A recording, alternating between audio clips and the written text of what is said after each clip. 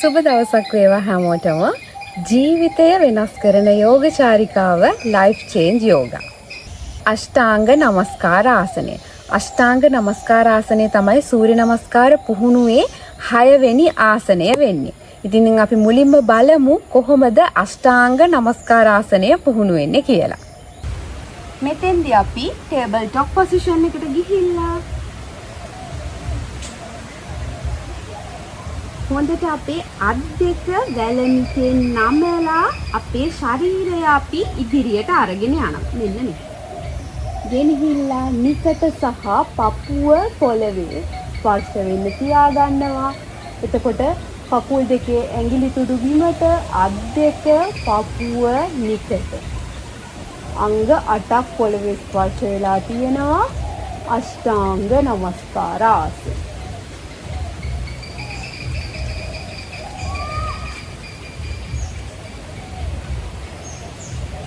අපි හුස්ම ගනිමින් පිට කරමින් ආසනයේ රැඳිලා ඉන්නවා. හුස්ම ගනිමින් ආසනයෙන් නිදහස් වෙන්න. අෂ්ටාංග නමස්කාරය පුහුණු වෙන්නේ කොහොමද කියන එක ගැන ඔයාලට අවබෝධයක් ලැබෙන්නේ නැති කියලා මම හිතනවා. අපි දැන් බලමු අෂ්ටාංග නමස්කාරයෙන් අපිට ලැබෙන ප්‍රයෝජන මොනවද කියලා.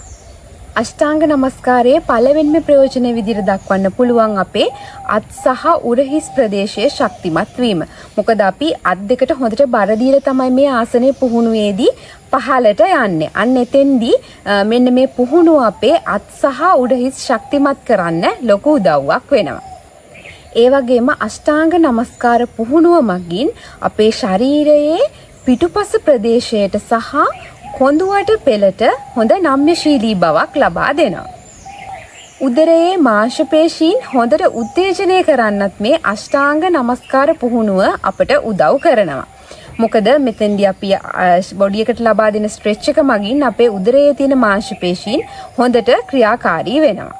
අපි දැන් බලමු අෂ්ටාංග නමස්කාර පුහුණුව මගින් අපේ ශරීරයේ මොන චක්‍රද ක්‍රියාකාරී කරවන්නේ කියලා.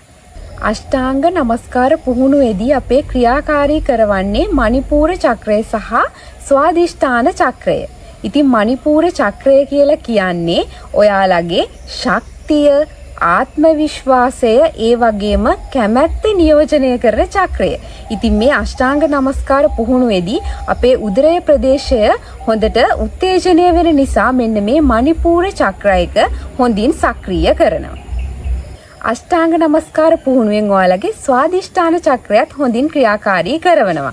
මම කලින් වීඩියෝස් වලදී කිව්වා වගේම ස්වාදිෂ්ඨාන චක්‍රය තමයි ඔයාලගේ නිර්මාණශීලීත්වය සහ හැඟීම් නියෝජනය කරන්නේ.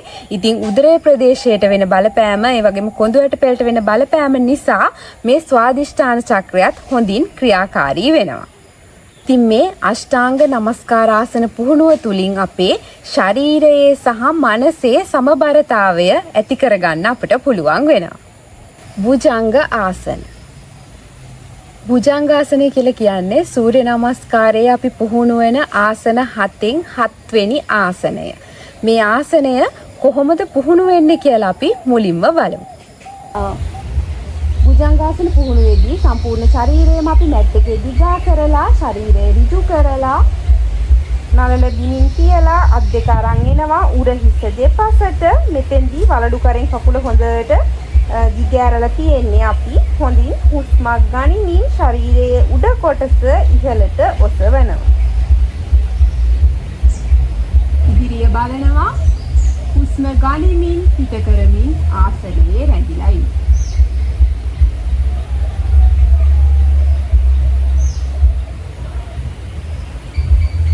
හුස්ම පිට කරමින් ආසනයෙන් නිදහස් වෙන්න.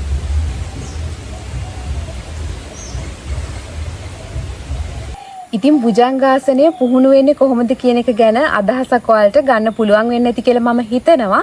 දැන් අපි බලමු භුජංගාසනයෙන් අපිට ලැබෙන ප්‍රයෝජන මොනවද කියලා.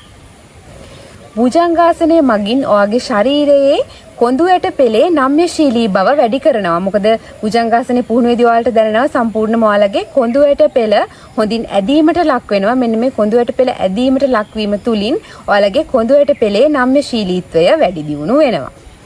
ඒ වගේම ශ්වසන පද්ධතිය හොඳින් ක්‍රියාකාරී වෙනවා. භුජංගාසන පුහුණුවේදී හොඳට පපුව ඉදිරියට විවෘත වීම සහ උඩ හිස් ප්‍රදේශයේ පිටුපසට යාම තුලින් අපේ ශරීරයේ පපුව ප්‍රදේශය හොඳට විවෘත වෙලා වැඩි වාතාශ්‍රයක් ලබා ගැනීමේ හැකියාව ලැබෙනවා. ඉතින් මෙතෙන්දී පෙනහළු වල ක්‍රියාකාරීත්වය හොඳින් වැඩි වෙලා අපේ ශ්වසන පද්ධතිය හොඳින් ක්‍රියාකාරී වෙන්න මෙන්න මේ භුජංගාසන පුහුණුවේදී අපට හැකියාව ලබා දෙනවා. ඒ වගේම ආහාර ජීර්ණය වැඩි දියුණු කරන්නත් භුජංගාසන පුහුණුවට පුළුවන්. මොකද මෙතෙන්දී අපේ උදරීය අවයව හොඳින් සම්බාහනයට ලක් වෙනවා. උදරීය අවයව හොඳින් සම්බාහනයට ලක් වෙනවා කියන්නේ අපේ පද්ධතීන් හොඳට ක්‍රියාකාරී වෙනවා. මෙන්න මේ ක්‍රියාකාරීත්වය තුලින් අපේ ආහාර ජීර්ණ ක්‍රියාවලිය ක්‍රමවත් කරන්න වගේම නිවැරදි කරන්න ලොකු උදව්වක් ලැබෙනවා. මානසික ආතතිය අඩු කරන්නත් අපිට භුජංගාසන පුහුණුව උදව් වෙනවා. මොකද මෙතෙන්දී අපි අපේ ශරීරය සහ මනස සමග හොඳින් සම්බන්ධ වෙලා කටයුතු කරන නිසා අපේ මනසේ තියෙන ආතතිය ඒ වගේම මහන්සිය අඩු කරගන්න භුජංගාසන පුහුණුවෙන් අපට පුළුවන්. අපි දැන් බලමු භුජංගාසන පුහුණුවෙන් ක්‍රියාකාරී වන චක්‍ර මොනවද කියලා. භුජංගාසනයේ පුහුණු වීම මගින් ඔයාලගේ අනාහත චක්‍රය සහ විසුද්ධි චක්‍රය හොඳින් ක්‍රියාකාරී වෙනවා.